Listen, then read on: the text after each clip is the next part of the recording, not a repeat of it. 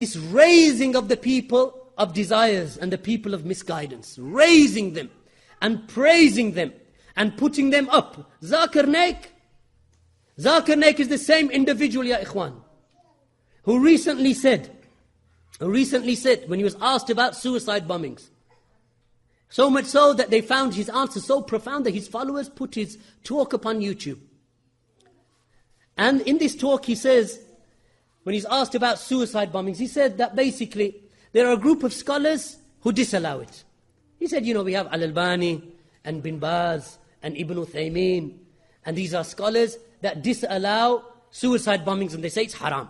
He said, however, there is another group of good scholars also that allow suicide bombings, the likes of Safar al-Hawali and Salman al-Awda.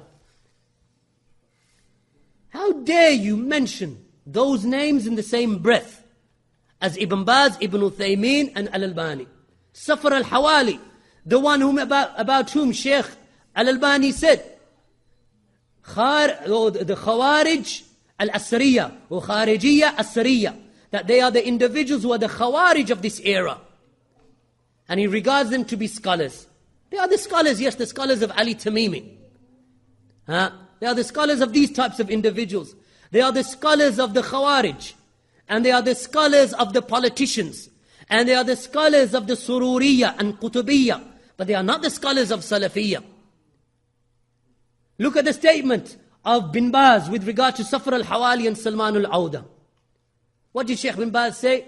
That either they return back to the truth. This is when Sheikh Bin Baz was alive. Either they leave off and they make tawbah and they leave off that which they were upon, or they must be prevented. They must be prevented from giving khutb and durus and muhadarat, and their tapes should not be distributed, and their rasail should not be allowed to be distributed in our society because of the corruption that they cause.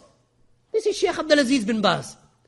Sheikh Ibn Uthaymeen, when he was asked about the tapes of Safar al-Hawali and Salman al-Awda, he said, these tapes, we are not in need of the tapes of those people who have with them the ideology of the ideology or the fikr of Thawri, or the thinking which is revolutionary thinking. We have no need of them.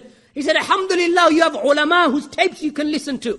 We don't need of the tapes of Safar and Salman. Ibn Uthaymeen. And look what this individual says. And if that wasn't bad enough, ya ikhwan, look at his aqeedah. He said that I studied the scriptures of the Hindus. This is Zakir Naik. I studied the scriptures of the Hindus. What does Abu Usama say about him? Unparalleled, next to none. No one like him, next to none. And an individual is unparalleled in his dawah, Zakir Naik. Impressed that much by him. What does he have for the rest of the Salafis? Haddadis, people of bid'ah. I make jihad against them. When I speak against them, this is jihad against them. Against who? Against the Salafis. But when Zakir Naik, next to none in his da'wah, unparalleled in his da'wah. What does he say, Zakir Naik, about the Hindu scriptures? He said, I read the Hindu scriptures, and I studied Brahma, and I studied Vishnu, and I studied Shiva. These are three of the gods of the Hindus. He said, after studying them, I've realized that all of them are, in their eyes of the Hindus, they are creators. That Brahma is the name for the creator. Shiva is a name for the creator. Vishnu is a name for the creator. So therefore, if a Muslim was to say, Ya Brahma, and call upon Brahma, or call upon Vishnu, and call upon Shiva, then if a Muslim was to do that, then he has called upon Allah. This is Zakir Naik. The same Zakir Naik who said that if Osama bin Laden is terrorizing the Americans, then he is terrorizing the terrorists. If Osama bin Laden is terrorizing the Americans, then he is terrorizing the terrorists. So every Muslim must be a terrorist. And I am with him. With who? Osama bin Laden. Osama bin Laden. So when I mentioned this to one of the followers of Zakir Naik, he said, no, this must be out of context. And I said, no, it's not out of context. This is what he said. He said, no, because if it was true, the British would never allow him to come to Britain. That's his hujjah. I said, His video is present. This is what he said on his tape, on his video, in his audio. This is what he said about bin Laden. He said, no, if it was true, then the British would never give him a visa to come to London. Ya Ikhwan, this Muhammad al-Mas'ari lives in London. The one who says that the beheadings that are taking place in Iraq, he puts them on his website, he lives in London. Abu Hamza al-Masri, the one with the hook on his hand, is doing 7 years now in England in prison. This individual who sent terrorists over to Yemen to bomb Yemen. He himself, one of his own son spent 6 years in prison in Yemen for trying to bomb a hotel in Yemen. They let him in with political asylum, living in London, claiming the benefits from the society, DSS, what we call the social security. What about others? Abdullah Faisal, or Faisal Abdullah, this Jamaican, who was put in prison for 8 years in Britain and then deported back to Jamaica. So I said, that is not a hujjah. Whether the British allow you or don't allow you isn't a hujjah for anything. They've allowed some of the most akhbathun nas into their country.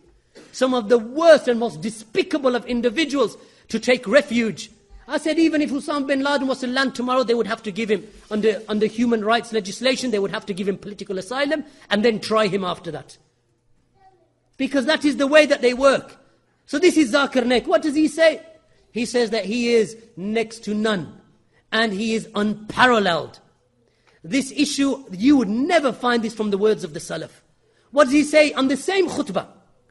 He said, that, and likewise we have now in London, khutbah, he's supposed to be giving a khutbah. What kind of khutbah? He's supposed to be guiding the people to the sunnah, you're guiding them to the heads of innovation and deviation and callers to misguidance. What does he say? He mentions Yusuf al-Qaradawi. He said Yusuf al-Qaradawi tried to come to London the other day, but they prevented him the visa. Wallahi, the khutbah is not, wallahi ya ikhwan, the khutbah is not for discussion of immigration and customs and excise. The khutbah is to guide the people to the sunnah. So now he starts discussing Yusuf al-Qaradawi. He said Yusuf al-Qaradawi, who's a scholar, an alim of the deen. He said, okay, he differs in some of the affairs with regard to the way of the Salaf. But he's an alim of, now they prevented his visa from coming into the United Kingdom. But he's an alim and a scholar. This, ya ikhwan, you don't find from the words of the Salaf. You ever find from the Salaf when they refute a person of innovation that they never used to mention the good points. This innovation is from the innovations of the likes of Safar al-Hawali, Salman al-Auda, and the company of the Sururiya and Qutubiyya, the followers of Sayyid Qutb. That they say that if you're going to mention the bad points about a person of innovation, then we must also mention their good points. So now he's entering into this mawazana with Zakir Naik, and likewise with Yusuf al-Qaradawi.